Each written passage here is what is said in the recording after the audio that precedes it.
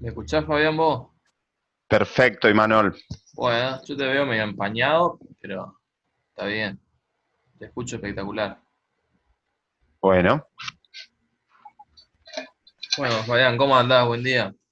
buen día, ¿cómo estás? Bien, bien, por suerte. Con mate también veo. Sí, tomando el mate de la mañana.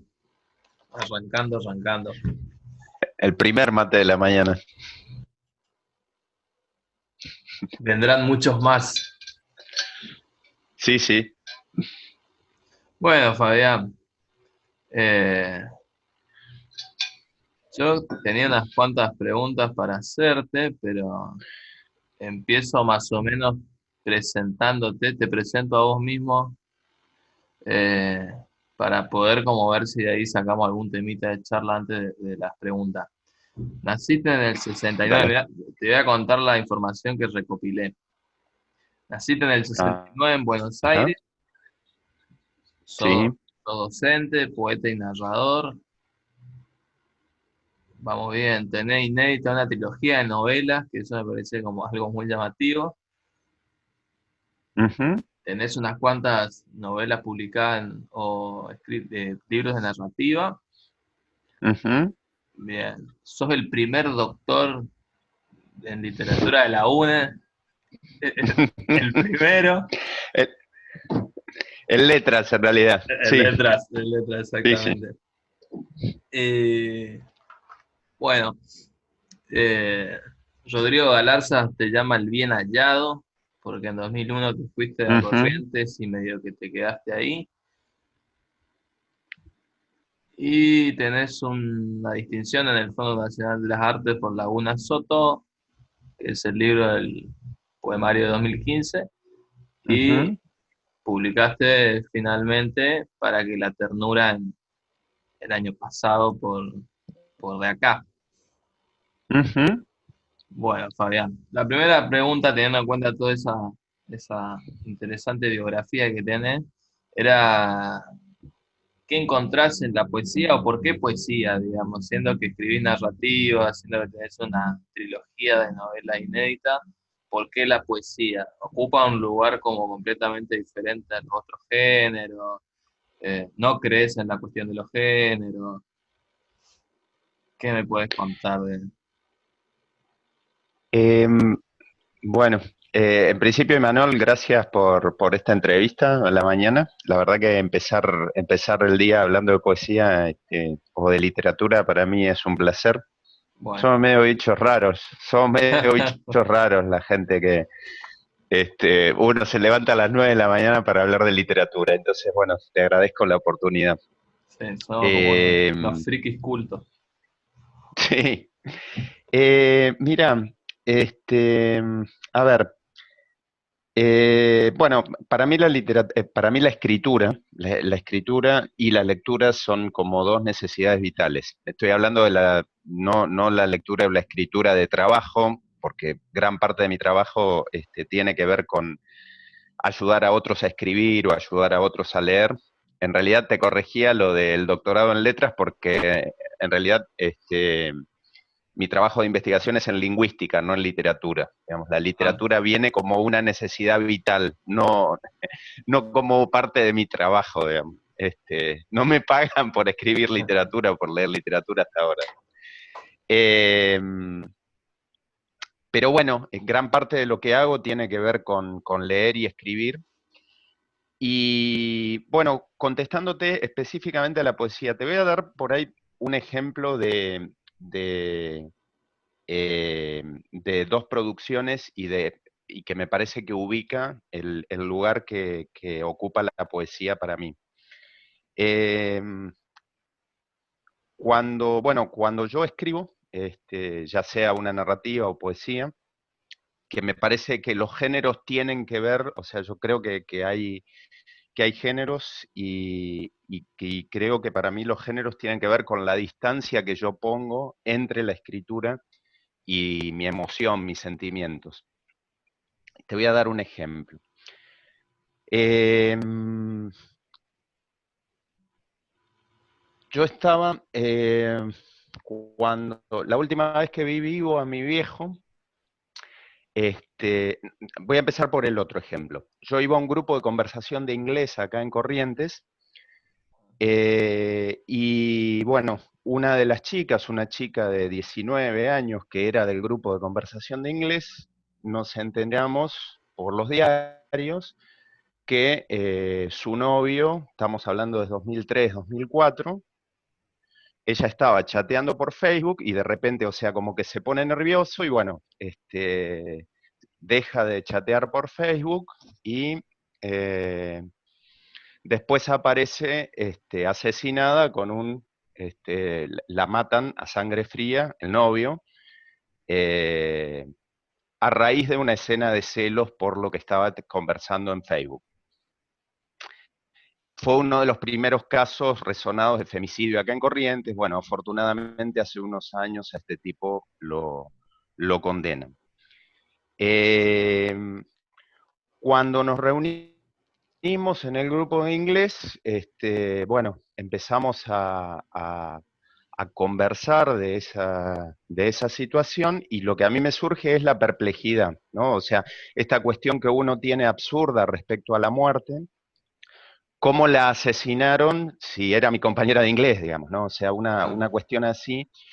Y algo que a mí me aparece con respecto a la violencia,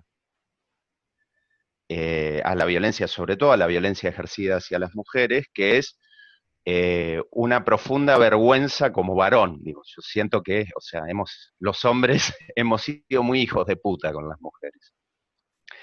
En ese momento pensé, ante hacer algo con esa perplejidad,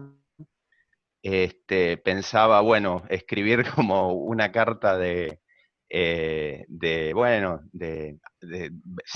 manifestando mi vergüenza como hombre, etcétera. Bueno, todo eso quedó en la nada, básicamente porque sentía que la forma carta de denuncia no me iba a permitir decir nada nuevo o novedoso. Más o menos unos 10 años después, yo escribo un libro de relatos y microrelatos que se llama Brasil, decime qué se siente, eh, en donde son relatos de trasfondo criminal y,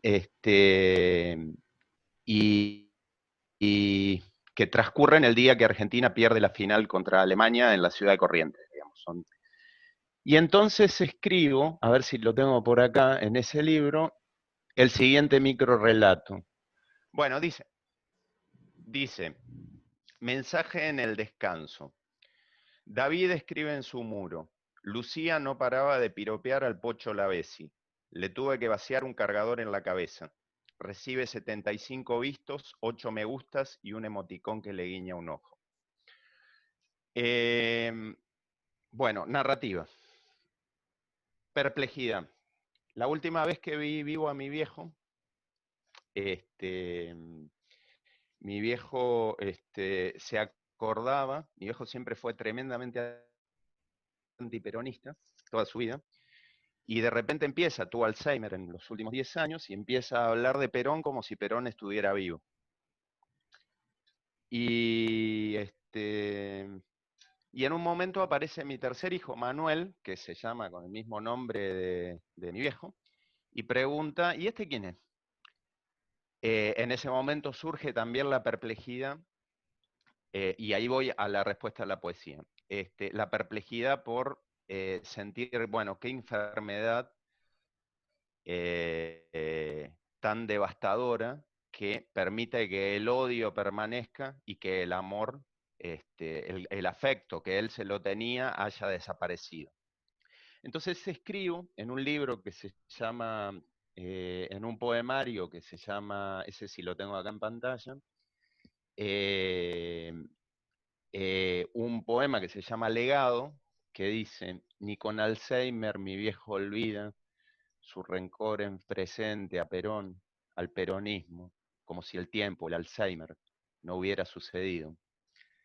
Mi vieja también es antiperonista porque con sus aportes, Evita o Cristina, a veces las confunde, les da jubilación a las tanas del barrio que nunca trabajaron. siempre se las agarra con las tanas del barrio que nunca trabajaron. El antiperonismo es parte de mi vida, de mí.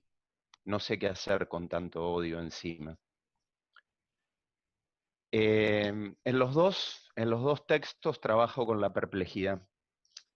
Eh, Cuando escribo poesía siento que yo estoy como mucho más expuesto, es decir, la distancia entre el primer texto de narrativa, no sé si están bien logrados o no, digo, yo creo que un texto bien logrado, un poema, es, o sea, si en el lector genera una emoción similar a la que surgió en quien escribe, bueno, estará bien logrado. No sé si estos dos textos están bien logrados. Lo que yo sí tengo claro es que cuando trabajo con la poesía, trabajo con un yo, o sea, ese mi viejo, digamos, como mucho más expuesto, más a flor de piel, eh, más desnudo, si querés. Eh, Siento que hay un trabajo con la intimidad mientras escribo, mucho más profundo y sincero cuando escribo poesía, y como que la narrativa me permite poner más filtros entre la emoción, la biografía y la historia. Eh, hay veces que, por eso, bueno, yo no, la verdad que, o sea, no me siento un escritor profesional, soy un escritor amateur, porque de alguna manera los sentimientos que se me van presentando como urgentes, veo la forma que me resulta más amigable para poder decir algo a través de la palabra escrita.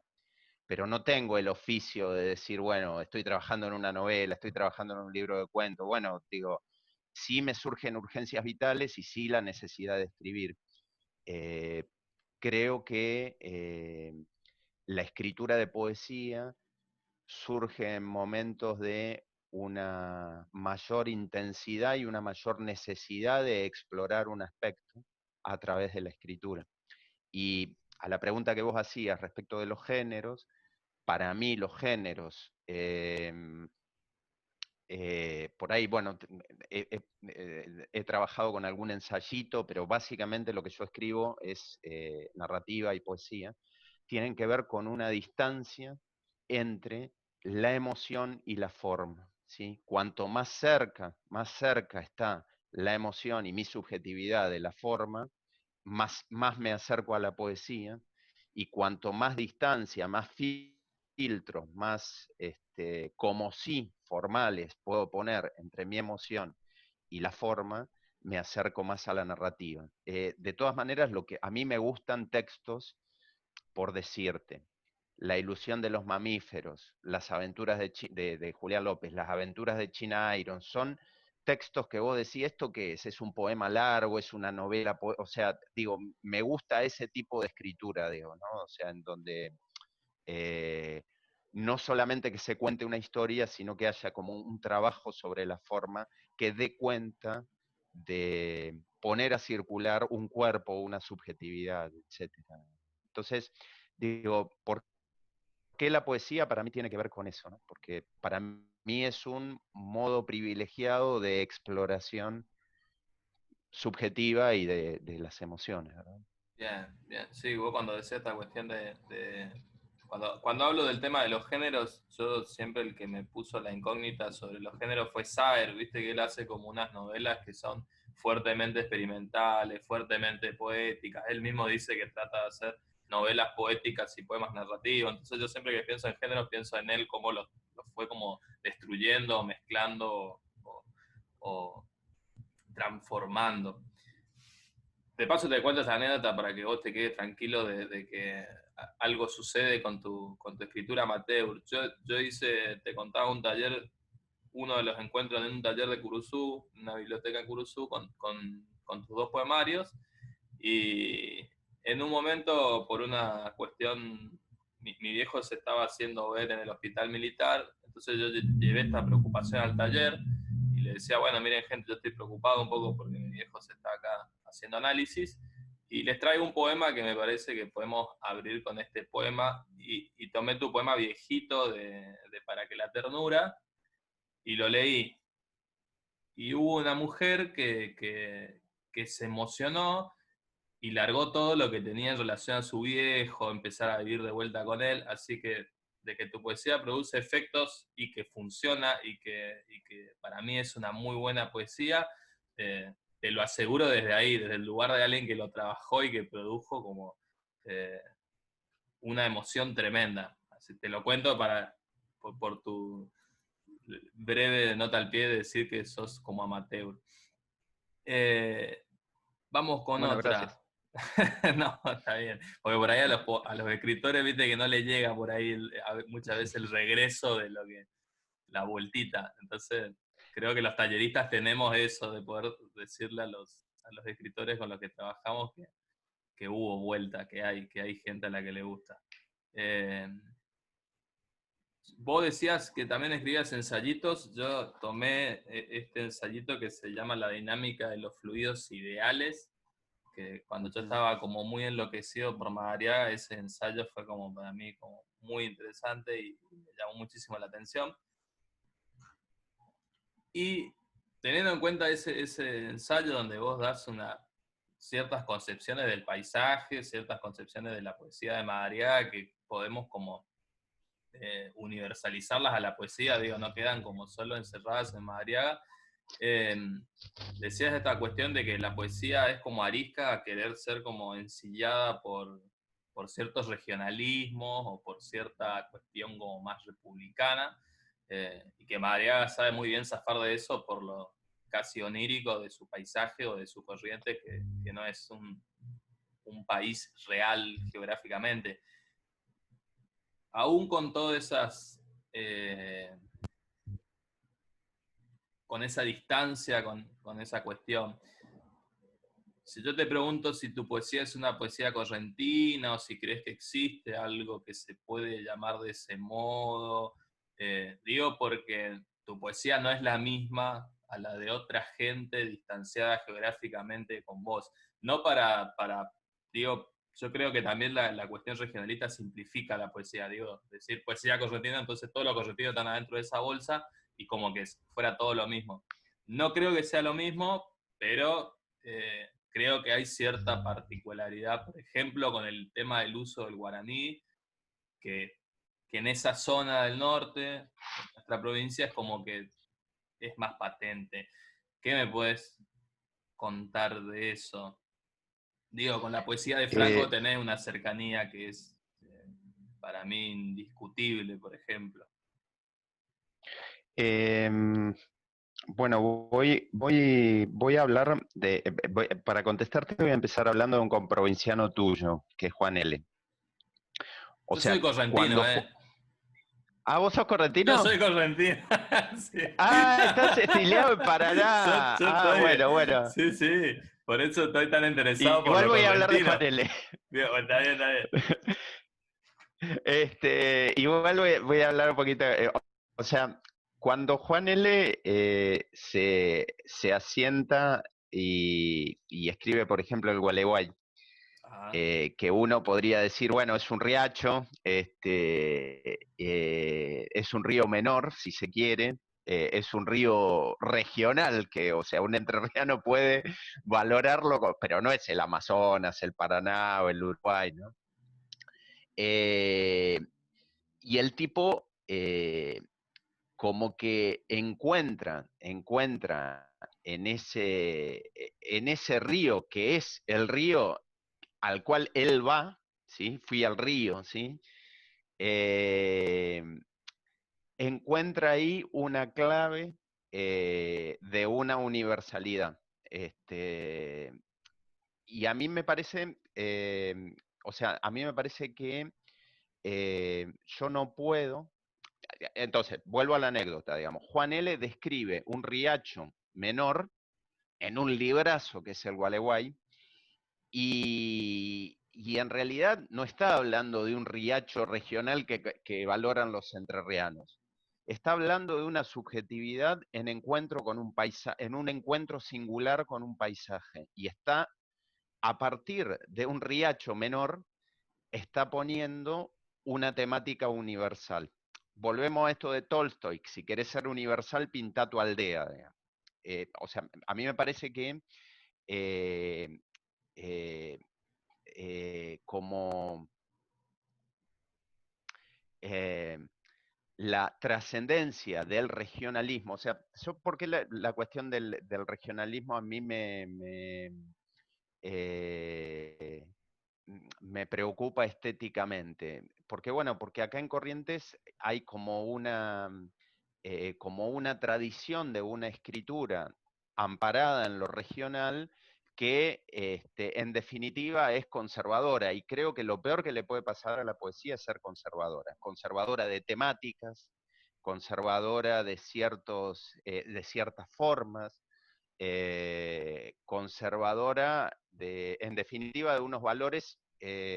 Muchos escritores y escritoras creen que escribir bien es escribir poesía rimada, escribir con una estética modernista, llenar un poema de adjetivos, digamos. Entonces, bueno, esto vuelve una estética avejentada, y como toda estética que envejece, que perime, pierde fuerza expresiva. Entonces, me parece que eso es o sea, me parece que eso es lo peor que le puede pasar a una producción estética.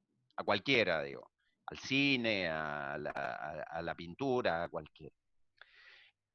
Entonces, a mí cuando se habla de regionalismos, eh, sobre todo cuando se asocia estos regionalismos con preservar ciertas formas tradicionales de decir, me parece que se enriquece una propuesta estética.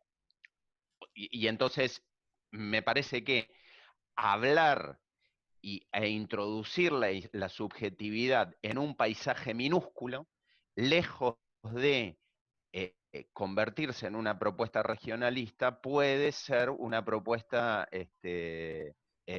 universal, y puede ser leída por un lector coreano que pueda estar leyendo el Gualeguay y vibrar si alguna vez se ha sentado a tomarse un té frente a un río menor de Corea, digamos. O sea, digo, estoy imaginando algo que le puede pasar Sí, a un sí, sí. coreano leyendo a Juan L. Bien, entonces, eh, la pregunta, la verdad es que hay dos cuestiones en tu pregunta. Por un lado, mi vínculo con el guaraní, que va a ser el segundo, y por otro lado, mi vínculo con el paisaje. Eh, yo, hasta que vengo a Corrientes, mi escritura fue desperdigada, sistemática, he perdido un montón, o sea, prácticamente no he publicado, porque sentía que había algo que le faltaba asentarse, le faltaba cuerpo. Laguna Soto es el primer libro que decido editar a instancias. Bueno, vos no lo nombrás a Franco, ¿sí? Franco me insistió muchísimo en que lo editara, a mí me cuesta mucho la cuestión de editar, pero sentía que en algún punto marcaba un vínculo con un lugar en donde se establecía la escritura. Yo no soy, o sea, no me gusta viajar, me gusta, o sea, me gustan mis plantas, me gusta estar donde estoy, y para mi escritura yo necesito de un lugar. Eh, y ese lugar que he encontrado a lo largo de mi vida, sí, que me ha llevado casi, o sea, una Soto me llevó 45 años escribirlo. Eh, o sea, como que es un libro que subjetivamente, otra vez, no sé el funcionar, porque esto, o sea, los lectores dirán, los lectores son los que tienen la palabra, pero cuando escribía Laguna Soto, que si no fue una escritura muy dilatada en el tiempo de escritura lo escribí, o sea, esos poemas, 2 meses y medio, digamos. Pero hubo como 40 y pico de años anteriores de búsqueda para poder escribir eso. Llegar a eso, Entonces, ajá. siento que es un poemario muy, la palabra está muy cargada de toda una experiencia de muchos años de trabajo con uno mismo y de trabajo con la escritura. Y entonces, yo siento que la escritura o mi escritura necesita asentarse y necesita un vínculo fluido con un lugar. Eh, y en ese sentido, si para la persona, yo hace rato que estoy tratando de tramitar mi pasaporte de correntino y no me lo dan. O sea, mis 3 hijos se criaron en Corrientes, decidimos vivir en Corrientes. A Corrientes le debo, bueno, o sea, todo este vínculo de la escritura tiene que ver con este paisaje contradictorio, tradicional, conservador y a la vez hermoso, salvaje. O sea, Corrientes es un espacio eh, muy difícil por momentos, muy contradictorio, pero a la vez muy atractivo, ¿no? O sea, yo siento estas dos cosas que son muy fuertes. Y para mí, Corrientes, Corrientes en general y Laguna Soto en particular, ha sido el lugar que encontré donde establecerme. Y cuando digo establecerme, no digo vivir, plantar la huerta, cuidar los mamones, sino también establecer mi escritura, digamos. O sea, yo siento que para escribir tengo que estar establecido en un lado. No soy, o sea, no me imagino, o sea, haciendo diario de viaje, digamos. O sea, Ah, cuando viajo no puedo escribir. O sea, yo necesito un lugar, necesito levantarme cuando la estoy en un madrugada, proyecto de dice el escritura. poema. Sí, claro. Bueno, yo escribo de madrugada, o sea, necesito estas cuestiones y estas cuestiones tienen que ver con este paisaje. Y estas cuestiones yo las encuentro profundamente expresadas en la poesía de Madariaga. Que Madariaga, yo me lo imaginaba Angá viviendo en un departamento a 2 cuadras del obelisco y escribiendo esas cosas de Yaguareté Corá. O sea, digo, vos decís, ese tipo, o sea, ¿dónde estaba para escribir eso? Y estaba viviendo a 2 cuadras del obelisco. El primer contacto con Madariaga, yo iba por una librería de Corrientes, a mí, de la calle Corrientes, ¿no? De una librería de la calle Corrientes, cuando no tenía plata, que fue durante mucho tiempo para comprar libros, me iba a esas librerías y básicamente leía de prestado. Y entonces me encuentro con un tipo fanático, el primer tipo que me habla de Madariaga, te estoy hablando principio de la década del 90, un librero de una librería de esas de usados, de Corrientes, que estaba queriendo escribir, en ese momento Madariaga estaba escribiendo Solo contra Dios no hay veneno, y que ya estaba, bueno, con muchos problemas de salud, con alcoholismo, bueno, muchos problemas y que lo iba a entrevistar y el tipo decía, ¿cómo puede ser este poeta y las cosas que escribe y vive a 2 cuadras del obelisco? Y Madariaga es eso lo que te sorprende. O sea, cómo el tipo atesoró en su corazón ese paisaje y lo recreó a través de toda su obra, más allá de que su vida lo llevó lejos de Corrientes a los 16 años, de los 16 años que el tipo no vivía en Corrientes. Sí, sí, sí. Entonces, para mí, la cuestión de lo regional o Fabián, lo no regional, sí, ajá, ¿se corta? se cortan en un. Yo ya programé la otra para las y 31. Se corta.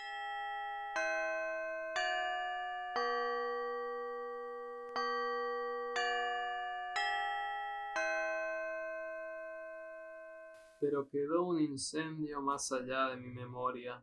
No lo recogí todo. ¿Quién podría hacerlo? Solo un cantor con ojos sin orillas. Francisco Madariaga. Con estos versos de Madariaga me quiero disculpar porque el fragmento de la entrevista que continuaba se perdió.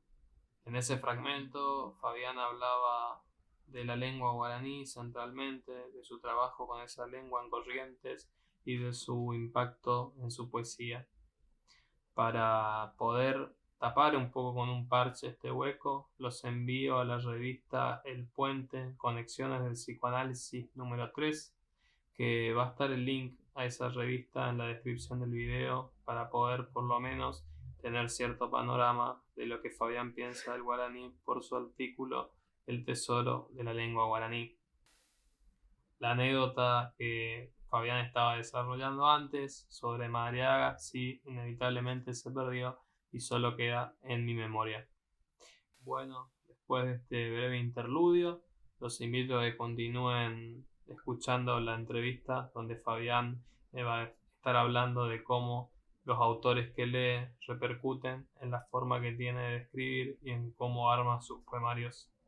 Soy Imanol Hammurabi Rodríguez Macrin, quien sostiene la columna de Lecturas en Tierros, y gracias y sigan escuchando la entrevista.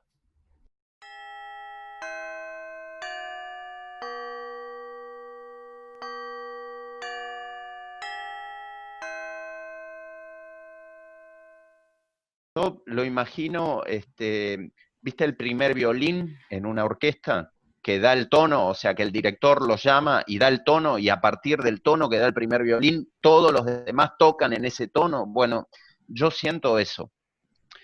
En Laguna Soto, la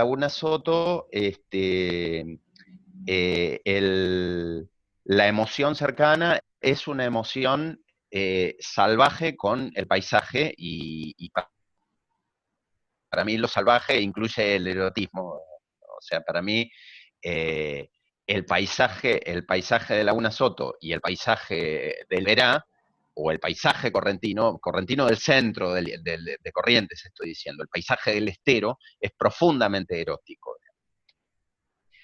¿Y quién era mi primer violín? Y Madariaga. Yo sentí que, si yo quería escribir sobre eso, el primer violín con el cual yo quería tocar Laguna Soto era Madariaga, que es una poesía, volviendo a tus palabras, tremendamente experimental. Porque Madariaga, la academia no lo estudia porque no saben dónde ponerlo, digamos, porque no lo pueden poner con los surrealistas, no lo pueden poner con lo gauchesco, o sea, y es lo que pasa con una poesía que es Madariaga, o sea, está el surrealismo, está, está la gauchesca y está Madariaga, que, o sea, como que rompe un molde, no es poesía social, es Madariaga.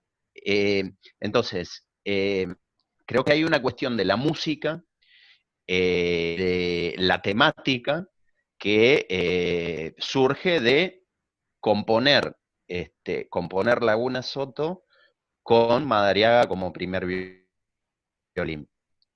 En Para que la ternura es otro proyecto y la emoción que se me vuelve urgente es precisamente la ternura, ¿sí? O sea, como para mí la metáfora de la ternura es acompañar a alguien mientras se va durmiendo, mientras va perdiendo la conciencia. Por eso, bueno, yo hacía mucho que tenía muchas ganas de escribir nanas, y bueno, me saqué las ganas de escribir nanas, con Para que la ternura. Y desde la primera vez que leí Calveira, Calveira es un escritor que a mí me enternece, quizá por cuestión. Te cuento una anécdota de Calveira.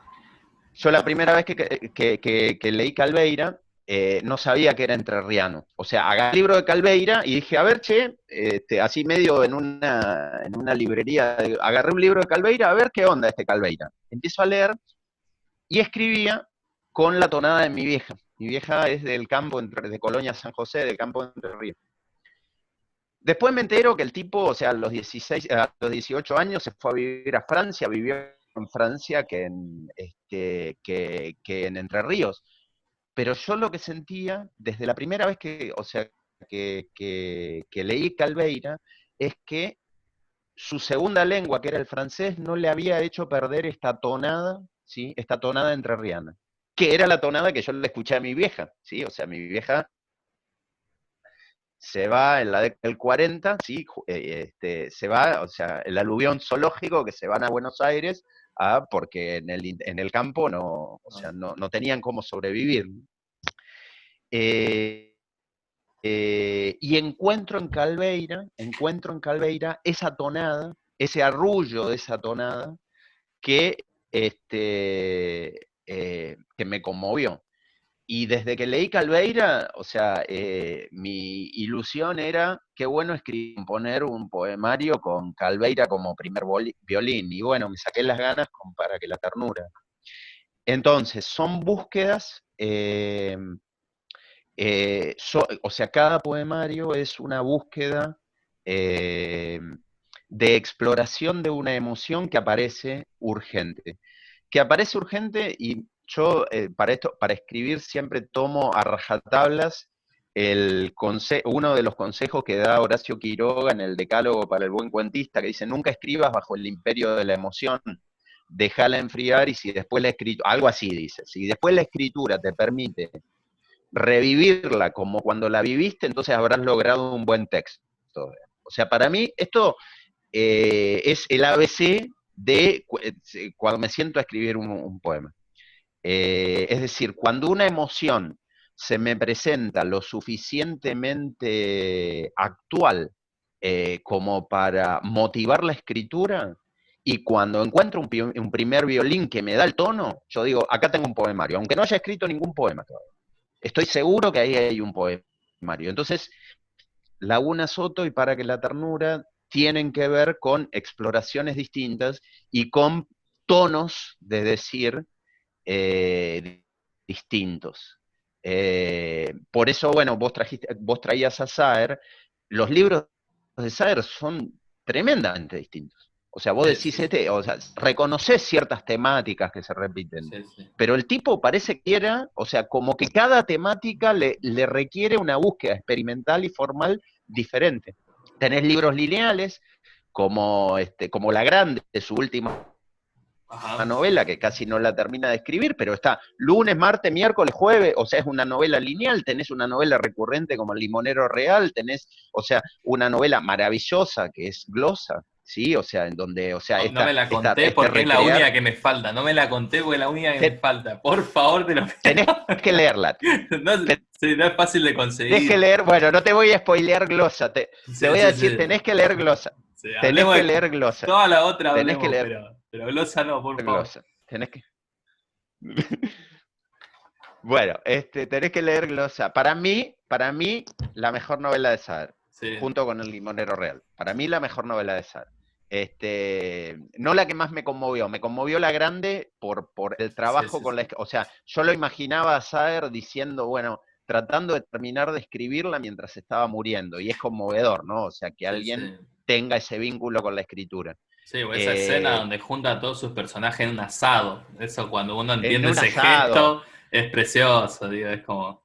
Y terminan todos buscando la bolsita del Carrefour, ¿viste? O sea, que era el fantasma de Hamlet, todos en pedo, o sea, atrás de la bolsita de Carrefour. Me parece un final precioso, hermosísimo, muy suyo además, el asado, la comida, la descripción de las ensaladas, digamos. O sea, bueno, me emocionó. Yo, la verdad, grande que la leí en 2-3 días, y con los ojos llenos de lágrimas diciendo, puta madre, no voy a tener este tipo no va a publicar otro libro. Y se muere, se muere en verso encima, se muere en verso porque viste que el final, y se muere en verso. Las lluvias, llegó el otoño, y con el otoño el tiempo del vino. Se murió en verso. Sí. Se murió en verso, sí, tal cual. Se va a cortar de vuelta esto, Fabián. Bueno. No me gustaría como... no iniciar otra porque para despedirnos, querría despedirme largo, ¿viste? Como el que no se quiere despedir, que el que mucho se despide, poco quiere irse, dicen. Entonces, capaz que iniciamos otra y vemos hasta dónde llega la otra y seguimos charlando un ratito más. ¿Hasta dónde llega? Dale. A ver. Dale. La última pregunta que tenía para charlar un poquito más era tema edición. No sé mucho de Editorial Biblos, así que ese tanto no te voy a preguntar, pero esto de publicar en editorial de acá y encima en la colección Deluxe, que es la colección Cherogapé, que es como la Golden, esa es la Golden Collection de editorial de acá. ¿Cómo fue el proceso de publicación de tus poemas? Encima que vos decís que tenés esta cuestión con publicar que se te... no sé si se te complica, pero no te atrae, por lo menos. O capaz que es la parte que menos te atrae de todo el proceso de la poesía, digamos. Uh-huh. Sí. ¿Se me escucha bien, no? Se te escucha espectacular. Bueno. Por un lado, la cuestión de... yo creo que tiene que ver con el grado de exposición que supone la poesía. Y entonces, bueno, eso es una cuestión subjetiva, personal, o sea, a mí me cuesta mucho bueno, editar y hacer circular. Me siento más contenido leyendo, ¿sí? En espacios de lectura oral que en la publicación. Que esa es una tara mía. O sea, eso, o sea, que es absurdo, como todas las taras y las cuestiones absurdas que tenemos, porque si vos escribís y querés que te lean, porque yo quiero que lea que se lea lo que yo escribo,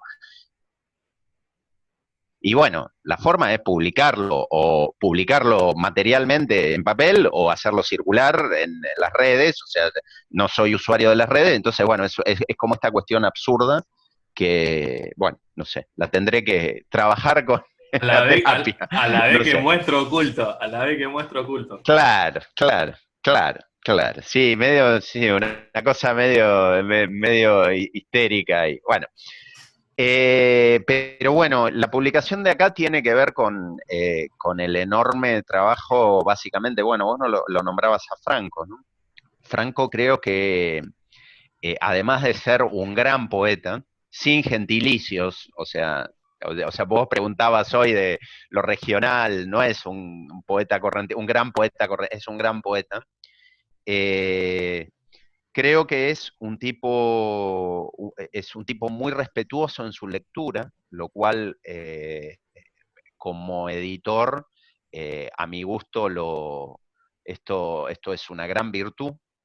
Eh, o sea, no es un tipo que busca, que los hay, o editores que buscan o bien lo que salga, lo que se venda, ¿sí? Lo cual es un criterio lógico en estas editoriales independientes. Vos no podés, salvo que tengas un fangote de guita, y la gente que tiene un fangote de guita, salvo Viggo Mortensen, que edita libros de poesía, la Estás en gente que otra. tiene un montón de guita no piensa en un negocio floreciente la edición de libros de poesía.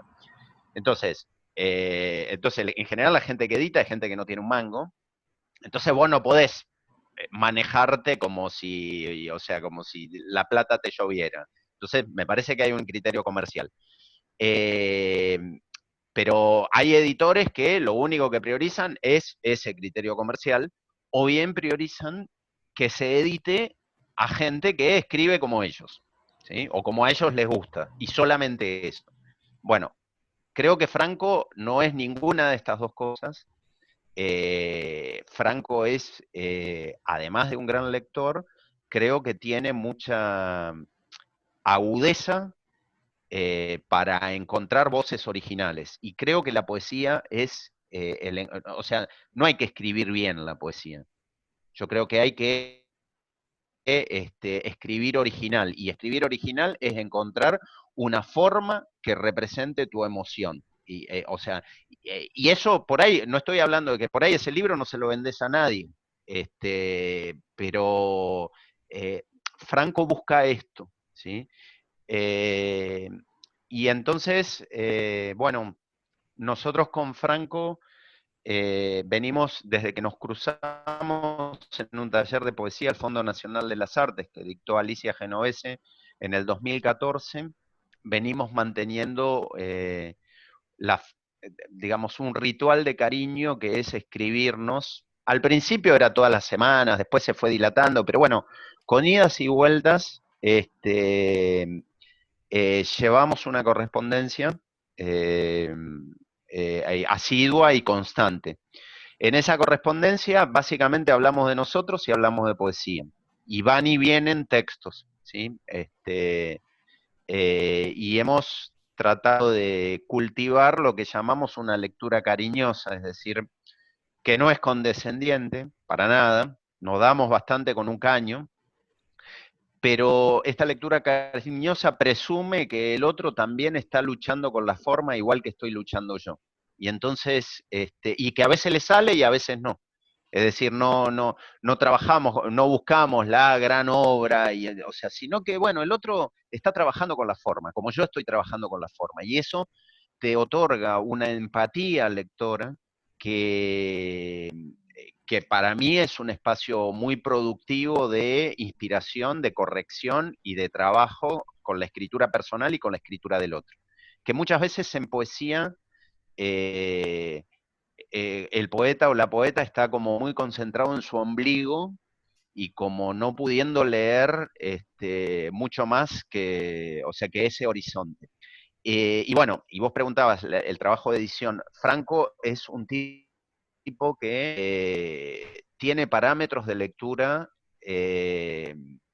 por un lado muy generosos y por otro lado muy amplios. O sea Franco, cuando encuentra que algo es auténtico, y bueno, trabaja en función de que eso se publique. Este, Esto como editor responsable Franco. Como editora más material, Nancy. Nancy Toselli es alguien Ajá. tremendamente respetuosa del autor. Y entonces vos, o sea, yo lo que he sentido, como en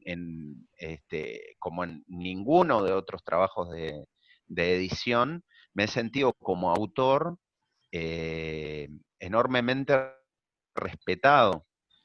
Y esto se lo da a Nancy, que ella, además de editora, es escritora, digamos. Entonces o sea, el trabajo de edición también es un trabajo de cuidado y acompañamiento del otro. Eh, en donde, bueno, no hay imposiciones, o sea, o sea, en la versión definitiva, o sea, las veces que me han mandado, o sea, las galeras, hasta que el libro quedara como a mí me gustara, fue un trabajo muy enriquecedor. De edición lo he tenido en otras instancias. Yo muchas veces, más bien me digo como que, o de que han publicado sin mandarme galera, o que han modificado cosas sin consultármelo. Bueno, nada de esto sucedió en de acá. Entonces, el proceso, yo te diría, como tres cuestiones de Para que la ternura. Para que la ternura eh, es un texto que, o sea, lo hemos ido discutiendo. Nos pasa mucho que fragmentos de esta correspondencia después se transforman en poemas. Alguna vez nos invitaron en la UNE para que habláramos de esta correspondencia, y bueno, nos pasa a los dos, ¿no? Que hay una idea, porque estos mails que pueden ir de las 5 a las 40 carillas, digamos, o sea, no es un mail que hola, ¿cómo está tu perro? Y nada más, digamos. Sino que bueno, hay todo un trabajo de cuidarnos y de cuidarnos a través de la escritura, que lo hemos ido cultivando en todo este tiempo. Entonces, por un lado está este espacio, como espacio de producción y de compartir. Por otro lado está el trabajo editor de Franco como lector y propiciador de obras que él considere valiosas. Y por otro lado, en la tercera pata es el respeto que yo he percibido en de acá, y fundamentalmente en Nancy, que es la que se ocupa de la parte más operativa, la parte dura, la parte, bueno, pruebas de galera, edición, etcétera.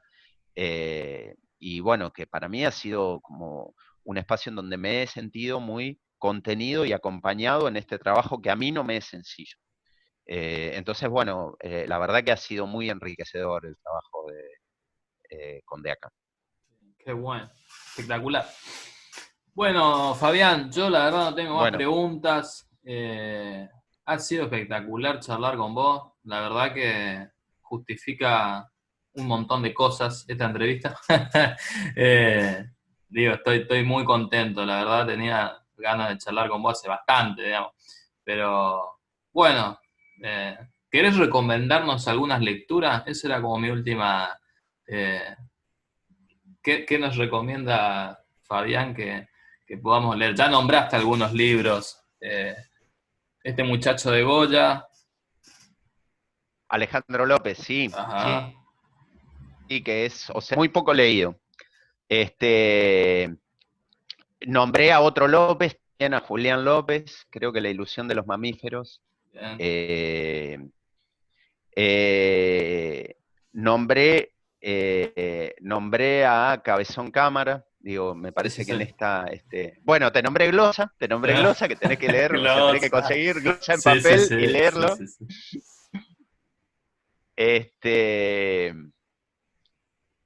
eh, Creo que creo que hay que animársele, o sea, no es un libro recién publicado, pero creo que hay que animársele a la lectura de Madariaga, que resulta una lectura, creo que yo terminé de entender Corrientes leyendo Madariaga, digo, me terminó de hallar en Corrientes la lectura de Madariaga, creo que hay que animársele a la lectura de Madariaga. Sí, sí. Eh,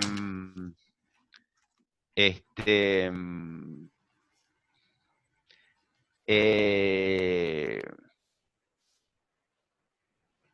bueno, ahora me sale Hasta el ahí, nombre de hasta ahí. un Pues, escritor norteamericano ah, contemporáneo que se llama Poissant y que escribió una novela espectacular, pero que ahora no me acuerdo o sea, me acuerdo el argumento, pero no me acuerdo el título.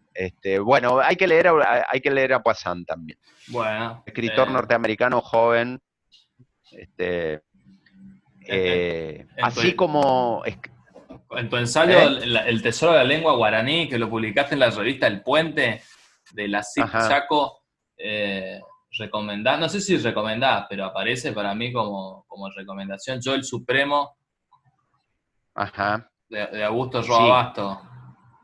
Un trabajo, bueno, o sea, Yo el Supremo es un trabajo así, es una novela desmesurada, ¿no? Eh, y un trabajo, o sea, ahí, a mí me ha ayudado a entender, bueno, cómo se construye, cómo se ha construido el poder eh, eh, en contraste, o sea, un país que ha construido poder, creo que es Álvar Núñez, cabeza de vaca, que se casa con una doncella, la hija de un cacique guaraní, y se construye una relación entre lo español y lo guaranítico, en contraste con el virreinato del Río de la Plata, en donde este contacto no es tan fluido, ¿no? Y, y bueno, y a mí me parece que Yo el Supremo, esa voz desmesurada del doctor Francia, habla de esa simbiosis y de ese contacto extraño y maravilloso entre la cultura erudita, o sea, esa voz del doctor Francia pasa del latín al guaraní, al francés, o sea, y a sus divagaciones. Parece un trabajo de escritura, eh, eh, bueno, desmesurado, ¿no? Desmesurado. No tan leída Yo el Supremo, o Sí, más leída eh, en los 70 por ahí, o sea, o cuando fue su primera publicación, pero es una novela que ha caído un poco en el olvido, me sí, parece. es hermana del Limonero Real, digo, son del mismo, la Y misma época, el Limonero Real está sí, dedicado a Augusto Roabasto, así que hay para mí como una conexión claro, entre esas dos novelas terriblemente experimentadas las dos. Eh, pero sí. bueno, Fabián, si querés, vamos dejando acá, te mando un abrazo Dale, enorme, dale, ojalá nos podamos encontrar pronto. dale. Gracias por todo. Che, Ajá, bueno, y te reitero lo que te decía al comienzo de la entrevista. Gracias por dar la posibilidad de que estemos conversando de esto que nos conmueve a los dos, que es la literatura, tan desde temprano. Me alegra el día a mí. empezamos bien el día. Buena semana, Empezamos buena bien el día. semana. Bueno, Nos vemos, Fabián. Un que tengas abrazo buen día. enorme. Igualmente. Chau, chau.